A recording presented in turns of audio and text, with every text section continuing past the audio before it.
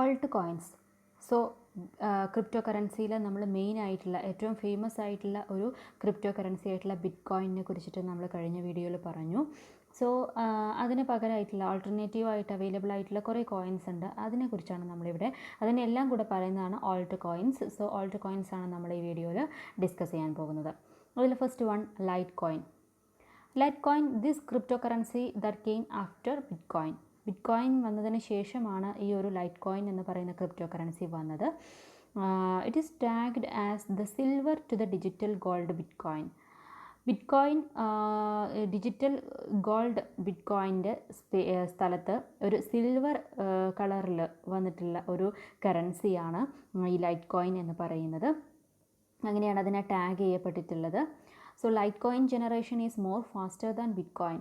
Bit കോയിനേക്കാളും വളരെ ഫാസ്റ്ററായിട്ട് പിന്നെ നന്നായിട്ട് ഏറ്റവും സ്പീഡിൽ വർക്ക് ചെയ്യുന്ന ഒരു ക്രിപ്റ്റോ കറൻസിയാണ് litecoin. Litecoins are available in larger numbers. Okay. So ഈ ലൈറ്റ് കോയിൻ എന്ന് പറയുന്നത് ബിറ്റ് കോയിൻ്റെ ഒരു സിൽവർ വേർഷൻ എന്ന് മാത്രം ഒരു വ്യത്യാസമേ ഉള്ളൂ. പിന്നെ ബിറ്റ് കോയിനേക്കാൾ ഫാസ്റ്ററാണ്. പിന്നെയുള്ളൊരു പ്രത്യേകത എന്താണെന്ന് വെച്ചാൽ ഈ ബിറ്റ് കോയിൻ ഡിറൈവ് ചെയ്യാൻ വേണ്ടിയിട്ട് നമുക്ക് വളരെയധികം ബുദ്ധിമുട്ടുണ്ട്. അതായത് ക്രിപ്റ്റോഗ്രാഫിക് പസിൽസിനെ കുറിച്ച് നമ്മൾ പറഞ്ഞു. ആ ക്രിപ്റ്റോഗ്രാഫിക് പസിൽസ് വഴിയാണ് ഓരോ ബിറ്റ് കോയിൻസും ഡിറൈവ് ചെയ്യുന്നത്. സോ അത് വളരെ കോംപ്ലക്സ് ആണ്. അത് സാധാരണ നമുക്കൊരു കമ്പ്യൂട്ടർ യൂസ് ചെയ്തിട്ട് ചെയ്യാൻ പറ്റുന്നതിനപ്പുറത്തേക്കാണ് ഇപ്പോൾ ബിറ്റ് കോയിൻ്റെ ജനറേഷൻ. പക്ഷേ ലൈറ്റ് കോയിൻ ജനറേഷൻ എന്ന് പറയുന്നത് പിന്നെ വളരെ എളുപ്പമാണ്. നമുക്ക് അത്രയധികം ബുദ്ധിമുട്ടില്ല. ബിറ്റ് കോയിൻ്റെ അത്ര അധികം ബുദ്ധിമുട്ടില്ല. അതുകൊണ്ട് തന്നെ light coins are available in larger numbers. വളരെയധികം നമ്പേഴ്സിൽ ഈ ലൈറ്റ് കോയിൻസ് അവൈലബിൾ ആണ്.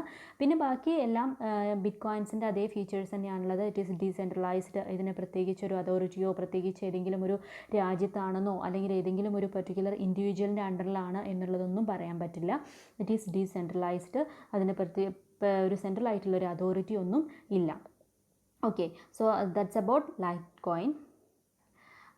The next one ripple. Ripple or XRP, it is the third largest cryptocurrency in the world by overall market cap. Overall market capitalization rate വെച്ച് നോക്കുകയാണെന്നുണ്ടെങ്കിൽ മൂന്നാമത്തെ ഏറ്റവും വലിയ crypto കറൻസിയാണ് ripple എന്ന് പറയുന്നത്. It is a cryptocurrency that is not dependent on blockchain technology. ഈ ഒരു crypto കറൻസിൻ്റെ പ്രത്യേകത ബാക്കിയുള്ളതിൽ നിന്നുള്ളൊരു വ്യത്യാസം എന്താണെന്ന് വെച്ചാൽ ഇത് ബ്ലോക്ക് ചെയിൻ ടെക്നോളജി യൂസ് ചെയ്തിട്ടല്ല ഈ ഒരു ക്രിപ്റ്റോ കറൻസി ഡിറൈവ് ചെയ്തിട്ടുള്ളത്. അല്ലെങ്കിൽ ബ്ലോക്ക് ചെയിൻ ടെക്നോളജിയിൽ നമ്മൾ പറഞ്ഞിട്ടുണ്ട് അതിനെ കൺട്രോൾ ചെയ്യുന്നുണ്ട്, അല്ലെങ്കിൽ അതിലൊരു പിന്നെ ഡ്യൂപ്ലിക്കേഷൻസ് ഒഴിവാക്കാൻ വേണ്ടി സാധിക്കും.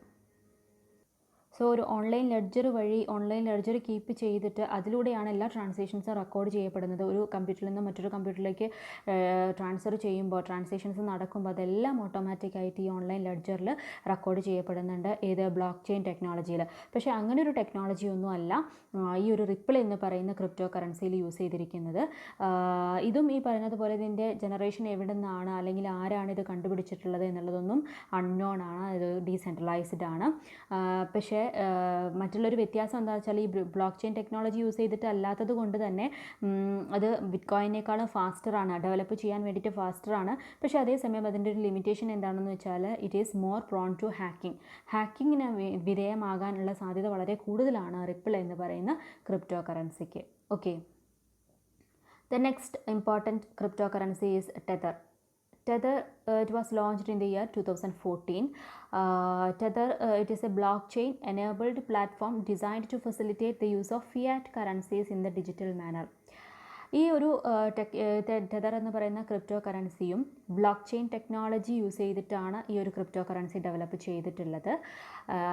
പക്ഷേ ഇതിൽ യൂസ് ചെയ്യുന്നത് ഫിയാറ്റ് കറൻസി എന്ന് പറയുന്ന ആ ഒരു മോഡലാണ് ഈ ഒരു ക്രിപ്റ്റോ കറൻസിയിൽ യൂസ് ചെയ്തിട്ടുള്ളത്.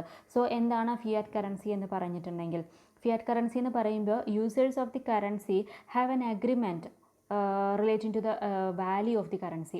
സോ അതിൻ്റെ വാല്യൂ ഫിക്സ് ചെയ്യാൻ വേണ്ടിയിട്ട് ഈ ഒരു കറൻസിയുടെ വാല്യൂ നമുക്കറിയാം. ഇപ്പോൾ ഒരു കറൻസി ഒരു ബിറ്റ് കോയിനോ അല്ലെങ്കിൽ ലൈറ്റ് കോയിനോ എടുത്ത് നോക്കുകയാണെന്നുണ്ടെങ്കിൽ അതിൻ്റെ കറൻസി ഡിമാൻഡ് ആൻഡ് സപ്ലൈക്ക് അനുസരിച്ചിട്ട് വ്യത്യാസപ്പെട്ടുകൊണ്ടിരിക്കുന്നു.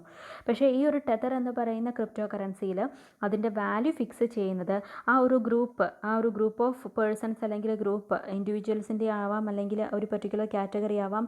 അവരുടെ ആ ഗ്രൂപ്പ് ആ അഗ്രിമെൻറ്റിൽ ഇപ്പോൾ ഒരു 10 ആൾക്കാരടങ്ങുന്നൊരു ഗ്രൂപ്പാണെന്നുണ്ടെങ്കിൽ അവരാണ് യൂസേഴ്സ് എന്നുണ്ടെങ്കിൽ ആ യൂസേഴ്സ് ഒരു കോമൺ ആയിട്ടൊരു എഗ്രിമെൻറ്റിൽ എത്തുകയാണ് ചെയ്യുന്നത്. Okay, the users of this particular currency will come upon an agreement regarding the value of the currency.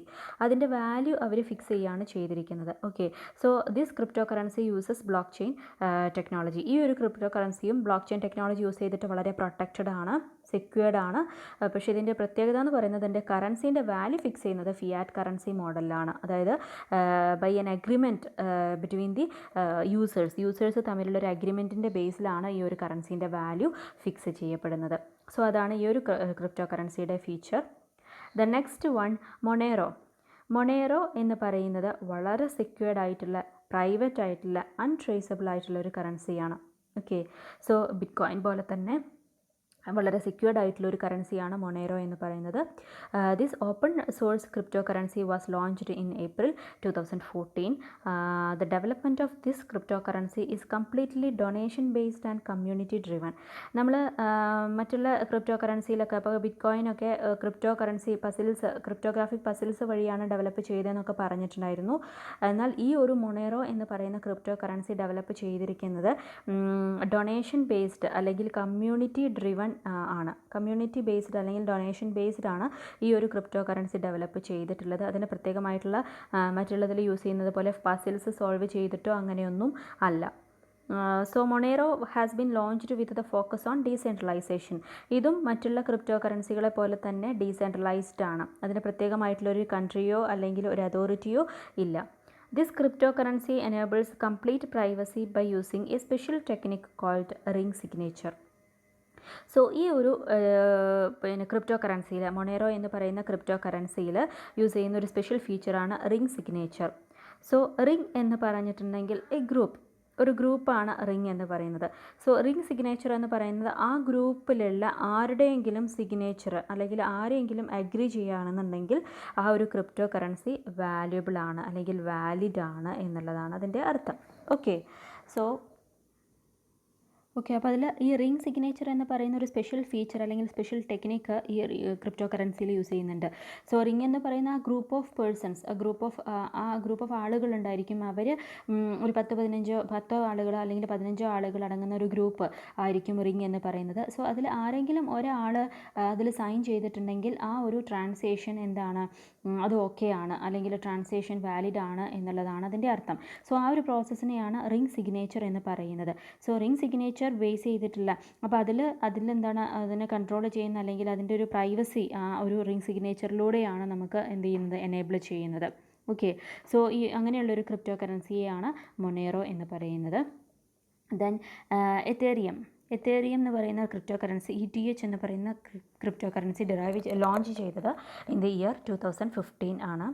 It is the second largest digital currency by market cap after bitcoin. So bitcoin കഴിഞ്ഞു കഴിഞ്ഞാൽ പിന്നെ ഏറ്റവും largest, അതായത് second largest digital കറൻസിയാണ് Ethereum എന്ന് പറയുന്ന digital currency, means crypto currency. It is decentralised software. ബാക്കിയുള്ള കറൻസികളെ പോലെ തന്നെ ഇതും ഡീസെൻട്രലൈസ്ഡ് ആണ്. So Ethereum enables smart contract and decentralized software platform that enables the cryptocurrency to be run without any downtime, fraud, control or interference from a third party. So ഈ എതേറിയത്തിൽ ഒരു contract അല്ലെങ്കിൽ decentralised ആയിട്ടുള്ള ഒരു software പ്ലാറ്റ്ഫോമാണ് use ചെയ്യുന്നത്. ആ ഒരു കോൺട്രാക്റ്റിലൂടെ അപ്പോൾ എന്താണെന്ന് വെച്ചാൽ അതിൽ ഒരു റിപ്പീറ്റേഷൻ വരുന്നില്ല, അല്ലെങ്കിൽ ഒരു ട്രാൻസാക്ഷൻ ക്ലെയിം ചെയ്ത് കഴിഞ്ഞിട്ടുണ്ടെങ്കിൽ പിന്നീട് ആ ഒരു കറൻസി യൂസ് ചെയ്തിട്ട് വേറൊരു ട്രാൻസാക്ഷൻ നമുക്ക് അഗ്രി ചെയ്യാൻ വേണ്ടിയിട്ട് പറ്റില്ല. സോ അതുകൊണ്ട് തന്നെ നമുക്ക് ഫ്രോഡുലൻ്റ് ആയിട്ടുള്ള ട്രാൻസാക്ഷൻസിനെ എല്ലാം കൺട്രോൾ ചെയ്യാൻ പറ്റും. സോ അങ്ങനെയുള്ളൊരു ക്രിപ്റ്റോ കറൻസിയാണ് എതേറിയം എന്ന് പറയുന്നത്. Okay, then next one Binance coin or BNB എന്ന് പറയുന്ന ക്രിപ്റ്റോ കറൻസി ലോഞ്ച് ചെയ്തിട്ടുള്ളത് ഇൻ ദി ഇയർ 2017 ആണ്. This Binance coins allow to trade in dozens of different cryptocurrencies efficiently on the Binance platform.